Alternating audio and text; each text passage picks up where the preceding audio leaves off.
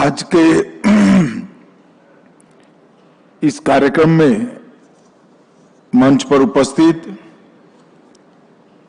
श्रीमान सक्सेना जी, उपराज्यपाल दिल्ली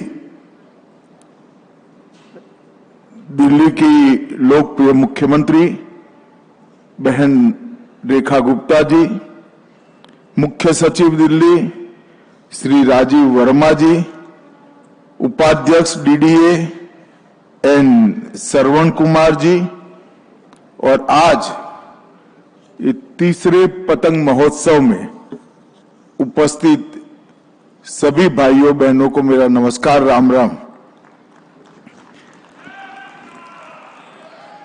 सबसे पहले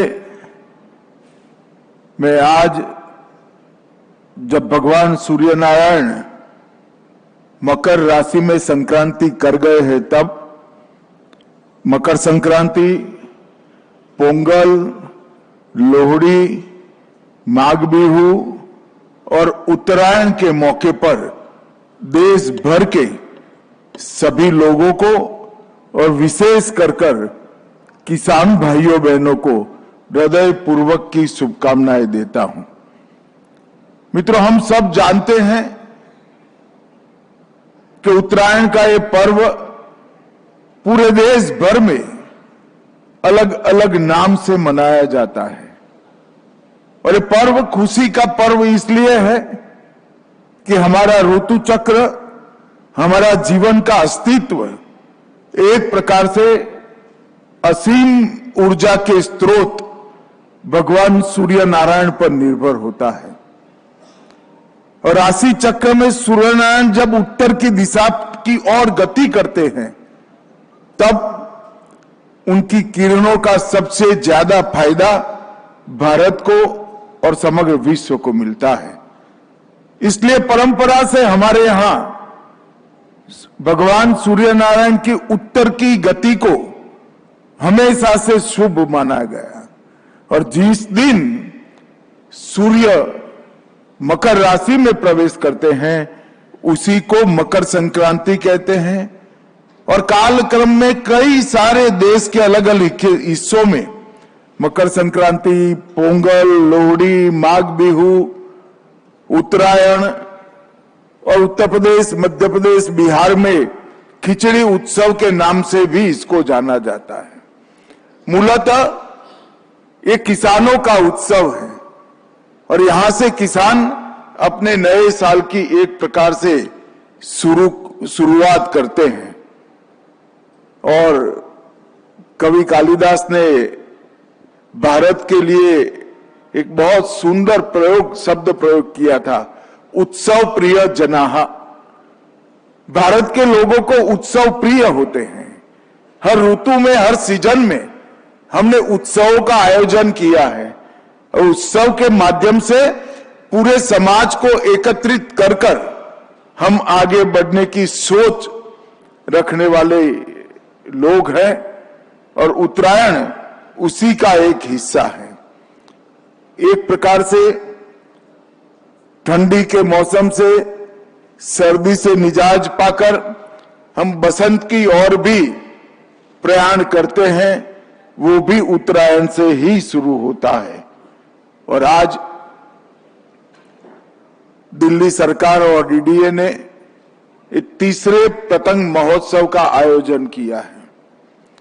ये शुरुआत जो हुई है, वो शुरुआत इसको सातत्यपूर्ण प्रयास से ज्यादा लोकप्रिय, ज्यादा लोकभोग्य बनाने की जरूरत है।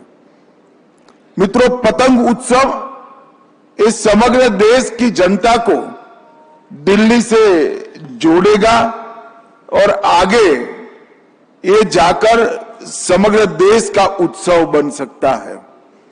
और मेरा तो आग्रह है दिल्ली प्रशासन से और डीडीए से कि पतंग उत्सव को दिल्ली में और सारे देश में पतंग उत्सव में दिल्ली के पतंग उत्सव को केंद्र बनाने के लिए एक समिति बनाकर इसके विस्तार का और इसकी जन भागीदारी का चिंता कर इसको एक प्रकार से परिपूर्ण उत्सव बनाना चाहिए। और मैं एलजी साहब को बधाई देता हूं कि उन्होंने पतंग उत्सव का स्थान भी बांसेरा में रखा है।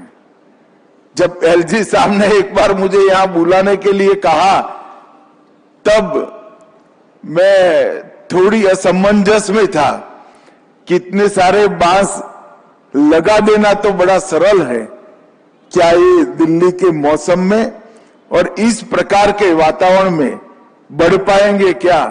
मगर आज बांसेरा को देखिए, देश की हर नस्ल का बांस दिल्ली को अपना बनाकर एक सुंदर प्राकृतिक स्थान इस बांसेरा में बन चुका है।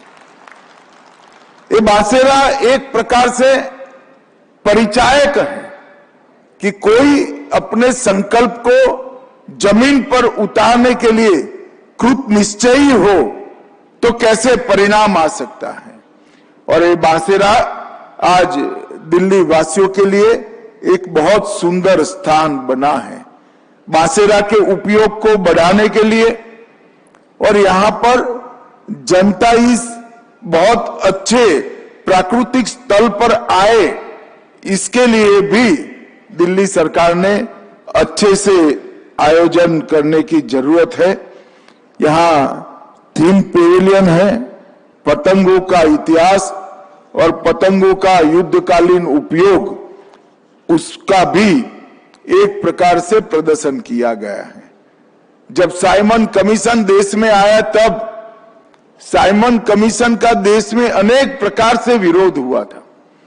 साइमन गो बैक का नारा एक प्रकार के आजादी के आंदोलन का प्रतिघोष बन गया था, परंतु साइमन कमीशन का सबसे बड़ा विरोध अगर किसी ने किया था तो देश भर में उत्तरायण के दिन साइमन गो बैक लिखकर पतंग उड़ाकर पूरा आसमान भारतीयों ने भर दिया था और अंग्रेजों को अपनी ताकत का परिचय दिया था। तो पतंग ने उस जमाने में आजादी के आंदोलन में भी एक बहुत बड़ा योगदान देने का काम करा था। और आज एलजी साहब के प्रयास से मकर संक्रांति का उत्सव एक भारत श्रेष्ठ भारत का प्रत्यक्ष उदाहरण बना है। सूर्य भगवान अपनी दिशा बदल रहे हैं, इसका स्वागत समग्र जगत में होता है। पंजाब और हरियाणा में हम इसको लोहड़ी के रूप में मनाते हैं, तमिलनाडु में पोंगल के रूप में मनाते हैं, आसाम में माघ बिहू, पश्चिम बंगाल में पौष संक्रांति कहते हैं, गुजरात और महाराष्ट्र में उत्तरायण के रूप में मनाते हैं और मध्य प्रदेश, उत्तर प्रदेश और बिहार में खिचड़ी या संक्रांत खिचड़ी के नाम से इसको मनाने की परंपरा है। ये सारे राज्यों को हमारे दिल्ली से जोड़ने का ये प्रयास है और मैं मानता हूं कि आने वाले दिनों में ये पतंग उत्सव यहां पर अपना एक स्थान बनाएगा और समग्र देश के पतंगबाजों को और अंतर्राष्ट्रीय पतंगबाजों को भी यहां आकर अपनी कलाबाजी दिखाने का काम करेगा। मित्रों, अभी अभी मोदी जी ने सोमनाथ स्वाभिमान पर्व में गुजरात में हिस्सा लिया। 8 तारीख से 11 तारीख तक सोमनाथ स्वाभिमान पर्व मनाया गया।